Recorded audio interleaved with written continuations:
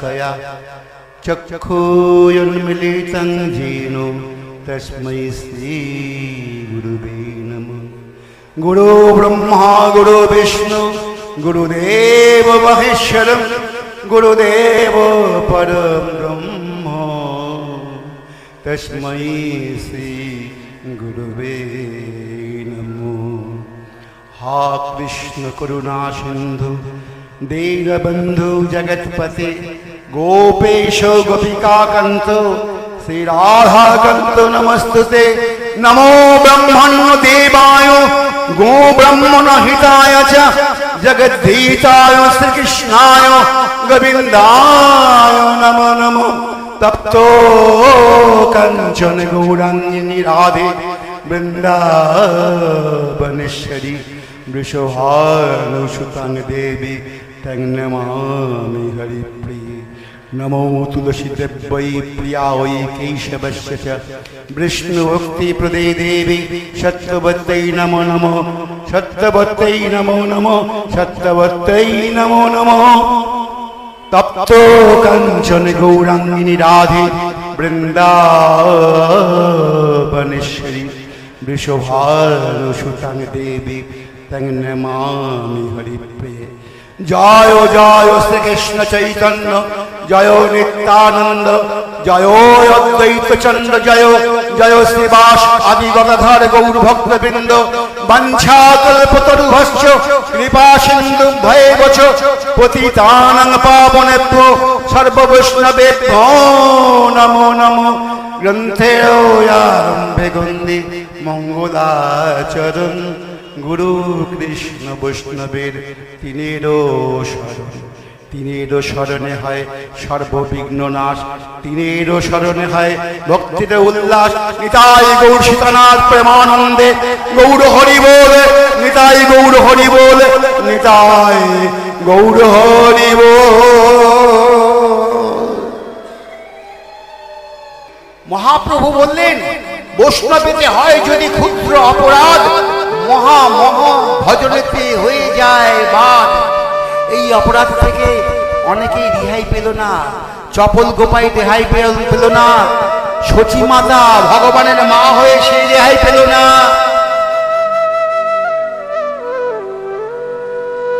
দেবানন্দ পণ্ডিত সেও রেহাই পেল না। ছয় গোসাই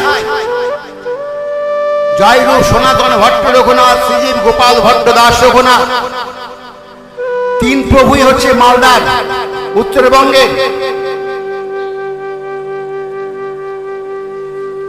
যাদের পূর্বের নাম ছিল অমর সন্তোষ,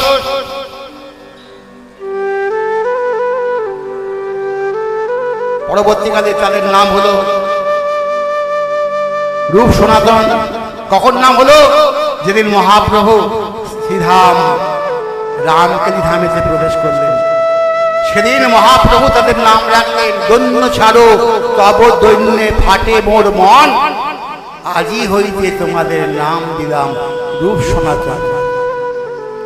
যেদিন রামকেলি গ্রামে মহাপ্রভু গমন করেছিলেন সেই দিনই মহাপ্রভু তাদের নাম রাখলেন রূপ সনাতন। পরবর্তীও না, আগেও না, পরেও না, এটা ইতিহাস সত্য। আর তাদের ভাই অনুপমের ছেলে হচ্ছে শ্রীজীব। পরবর্তীকালে তিনি বৃন্দাবনে গিয়ে শাস্ত্র অধ্যয়ন করে শিক্ষা গ্রহণ করে তিনিও ছয় প্রভুর মধ্যে এক প্রভু হলেন। তাহলে তিন প্রভুই হচ্ছে এই মালদহে। তাহলে এই যে সনাতন গোস্বামী তিনি বৃন্দাবনে নিজের কুটিরের বাইরে বসে আজকে সেই বৃন্দাবনের অপ্রাকৃত মাধুর্য মণ্ডলীলা রস আস্বাদন করছেন। আস্বাদন করতে করতে ভাবাবেশে তিনি সেই বৃন্দাবনের গভীরে বৃন্দাবনের সেই লীলার মধ্যে তিনি প্রবেশ করলেন। রাধা গোবিন্দ লীলা করছেন। ভগবান শ্রী গোবিন্দ রাহানি ললিতা বিশাখা চিত্রা চম্পকা ইন্দুরেখা সুচিত্রা সুদেবী তুঙ্গবিদ্যা সকলকে নিয়ে তিনি লীলা করছেন। লীলা করতে করতে অকস্মাৎ রাধারানী বললেন, হে গোবিন্দ, তোমাকে আমি একান্ত পেতে আকাঙ্ক্ষা করি। ও রাধে তুমি আমাকে একান্ত ভাবে পেতে চাও, চলো চলো আমি তোমাকে তোমার মনোবাসনা পূর্ণ করে নিয়ে আসি। এইভাবে সখীবৃন্দকে বললেন তোমরা নর্তন কীর্তন করো, আমি রাধারানীকে একটু ঘুরিয়ে নিয়ে আসি।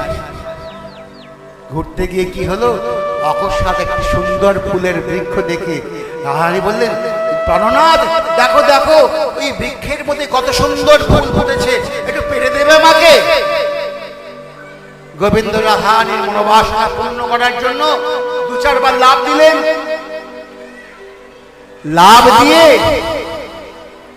তিনি ভান করলেন ফুলটা পাড়তে পারলেন না। অকস্মাৎ তিনি রাধারানীকে বলেন রাধে আমি তো ফুল পাড়তে পারলাম না, আমি তোমাকে ফুলটা দেবো কেমন করে? তার থেকে এক কাজ করো, হ্যাঁ তুমি আমার কাঁধে ওঠো, কাঁধে উঠে ফুলটা পাড়ো, তাহলে তোমার ফুলটাও পাড়া হবে, তোমাকে ভালোবাসা জানানো হবে। হ্যাঁ ঠিক বলেছো। রাধারানী কি করলেন, ভালোবাসার আতিশয্যে কাঁধে চাপলেন, আর যেই নাকি ফুলের ডাল ধরেছেন সঙ্গে সঙ্গে আজকে ভগবান অদর্শন।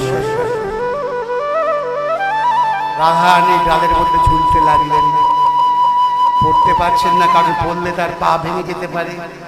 ঝুলছেন, বলছেন বাঁচাও বাঁচাও বাঁচাও।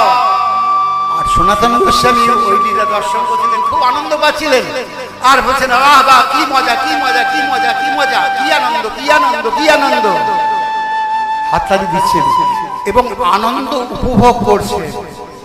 আর ঠিক সেই সময় ওই বৃন্দাবনের একজন বৈষ্ণব তিনি খোঁড়াতে খোঁড়াতে খোঁড়াতে সেই পথ দিয়ে যাচ্ছিলেন। তিনি দর্শন করলেন ওই রূপ গোস্বামী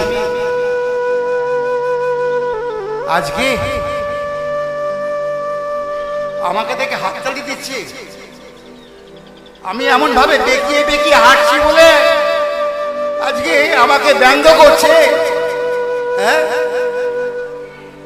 হে ভগবান, যে রূপ গোস্বামী আমাকে দেখে বেঁকিয়ে বেঁকিয়ে ব্যঙ্গ করছে, তুমি তাকে শাস্তি দিও প্রভু, তুমি তাকে শাস্তি দিও, আমার তো কিছু করার ক্ষমতা নেই, তুমি ওকে শাস্তি দিও। মনে মনে ভাবনা ভেবে চলে গেল। আর যেই মুহূর্তে সেই খঞ্জ বৈষ্ণব রূপ গোস্বামীকে আজকে অভিশাপ দিলেন, সেই মুহূর্তে তার ধ্যান ভঙ্গ হয়ে গেল। সঙ্গে সঙ্গে তিনি চিৎকার করে বলছেন হা প্রভু, আমি তোমার মাধুর্য মঞ্জুল লীলারস দর্শন করছিলাম, অকস্মাৎ কোন অপরাধের বাতাস লেগে আমার এই দর্শন আমি জনিত আনন্দ থেকে বঞ্চিত হলাম, তাহলে কৃপা করে তুমি আমাকে বলে দাও আমি অপরাধের হাত থেকে কি করে মুক্তি পাবো। চতুর্দিকে তন্ন তন্ন হয়ে খুঁজলেন, কোথাও পেলেন না। অবশেষে সনাতন গোস্বামীর কাছে এসে বলছেন দাদা, আমি এমনি ভাবে রাধা গোবিন্দের লীলা মাধুর্য রস আস্বাদন করছিলাম, অকস্মাৎ আমার নয়ন থেকে সেই দর্শনজনিত আনন্দ থেকে আমি বঞ্চিত হলাম। আমার কি হয়েছে আমি বুঝতে পারছি না, কৃপা করে এই অপরাধ থেকে আমাকে উদ্ধার করো।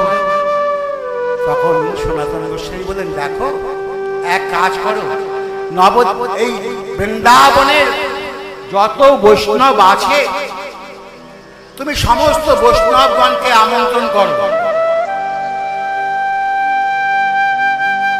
তুমি বৈষ্ণব সেবা দাও, তাহলেই তুমি সমস্ত অপরাধ থেকে মুক্তি পাবে। ব্রজবাসীর ঘরে ঘরে ঘরে ঘরে ঘুরে ঘুরে সবাইকে বলছেন হে বৈষ্ণব, কৃপা করে আগামী মধ্যাহ্নে আপনারা আশ্রমে এসে উপনীত হলেন রূপ গোস্বামী। অবশেষে রূপ গোস্বামী সেই খঞ্জ বৈষ্ণবকে বললেন, হে প্রভু, আগামীকাল মধ্যাহ্নে আশ্রম প্রাঙ্গণে একটু বৈষ্ণব সেবার আয়োজন করেছি, কৃপা করে আপনি আপনার প্রসাদ চরণামৃত দান করে আমাকে কৃতার্থ করবেন। কালকে ব্যঙ্গ করে আজকে তুমি এসেছো আমার কাছে বৈষ্ণব নিমন্ত্রণ করতে, বৈষ্ণব সেবার নিমন্ত্রণ করতে, জুতো মেরে গরুদান করছো। কি বলছেন প্রভু? আমি আপনাকে অপমান করছি? হ্যাঁ, আমি কবে আপনাকে অপমান করেছি? হ্যাঁ, কালকে যখন নাকি আমি তোমার বাড়ির সামনে দিয়ে আসছিলাম, কখন বলুন তো? এই যখন বিবাহ অবসান হচ্ছে ঠিক সেই মুহূর্তে আমি সেখান দিয়ে যাচ্ছিলাম। সেই খঞ্জ বৈষ্ণবের কথা শ্রবণ করে রূপ গোস্বামী করে পেয়েছি, হে বৈষ্ণব, আমি অপরাধের হেতু খুঁজে পেয়েছি। শুনুন, আমি আপনাকে দেখে আমি হাসিনি প্রভু। যেই মুহূর্তে আপনি আমাকে অভিশাপ দিয়েছেন সেই মুহূর্তেই আমি কৃষ্ণ লীলা, রাধা গোবিন্দ লীলা থেকে বিচ্যুত হয়ে আমি আজকে বৈষ্ণব অপরাধের কোপে পড়েছি।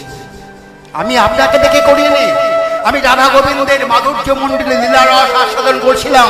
ঠিক সেই মুহূর্তে আপনি আমাকে অভিশাপ দিয়েছেন, সেই মুহূর্তে আপনি আমার প্রাঙ্গণের সামনে দিয়ে এসেছেন। আমি আপনাকে কখনোই অপমান করিনি, আপনাকে কখনোই অবজ্ঞা করিনি। সেই উদ্দেশ্যেই তো আমি আমার দাদার কাছ থেকে শুনলাম যে বৈষ্ণব সেবা দিলে অপরাধ মোচন হয়ে যায়। খঞ্জ বৈষ্ণব বললেন, দেখো রূপ, আমি না জেনে তোমাকে আমি অভিশাপ দিয়েছি। হ্যাঁ, আমি তোমার বৈষ্ণব সেবায় যাব, অবশ্যই যাব, অবশ্যই যাব। বৈষ্ণব সেবা হলো এবং বৈষ্ণব অপরাধ মুক্ত হয়ে তিনি আবার ভজন রাজ্যে প্রবেশ করলেন। এখানে রহিল গ্রন্থ অমৃত লহরী, প্রেমানন্দে বদন ভরে বলুন হরি হরি। হৃদয় গৌর সীতানাথ প্রেমানন্দে, গৌর হরি হরি বল, গৌর হরি বল।